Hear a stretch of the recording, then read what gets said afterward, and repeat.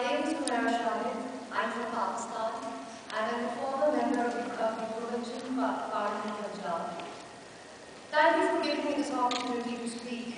My voice today is not just an individual voice. I'm the voice of the woman who's battered. I'm the voice of the woman disfigured by acid attacks. I'm the voice of the woman who's raped and then ends up marrying her rapist because she cannot bear the social stigma of being dishonored. I'm the voice of the woman who's forced into marriages to make up for crimes committed by her fathers and husbands.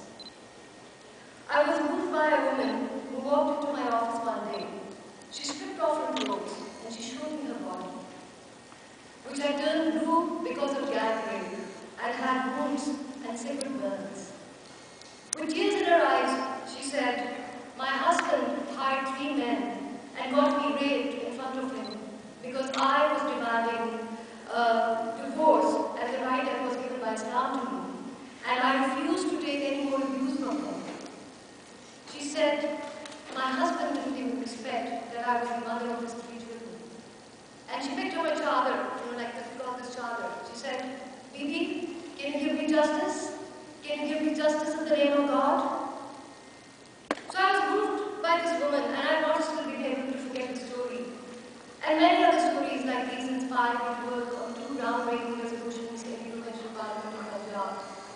The first was against acid attacks to be recognized as a murder attempt, and the second was against violent customary practices and its abolishment and its 10-year imprisonment. It was unprecedented to do this in a parliament that is corrupt, traditionalist, and patriarchal. And I was not lucky to have senators on people like that. Taking 20 seconds and allow things to happen. The leaders were tribal leaders, religious political parties, bystanders, very, very patriarchal. And sometimes they were collaborators, and most of the time they were perpetrators of violence against women themselves. So it took me months, sometimes years, to negotiate and bring those pieces of legislation in front of the parliament. But with the support of women leaders, NGOs, media, and public awareness and public pressure, the resolutions were passed unanimously.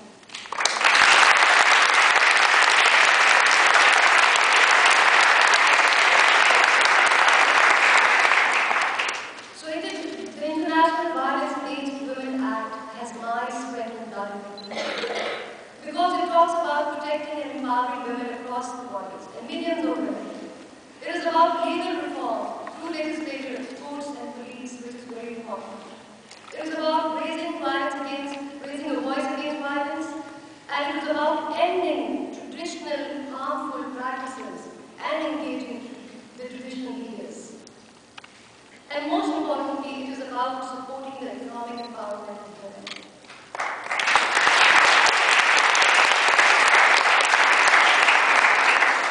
I also speak today as the voice of women who stand up against violence and discrimination, who raise their voice against these atrocities.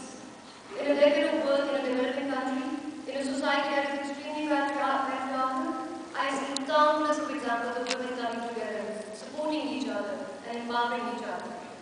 Women are the untapped reservoir that we should invest in to bring real change.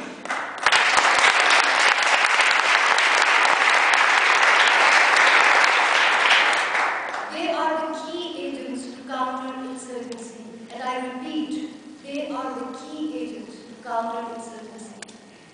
If you help them get economically empowered, provide them protection and access to justice, I promise you, you will be creating a society that is tolerant, that is less extremist, that is less violent, that is more humane,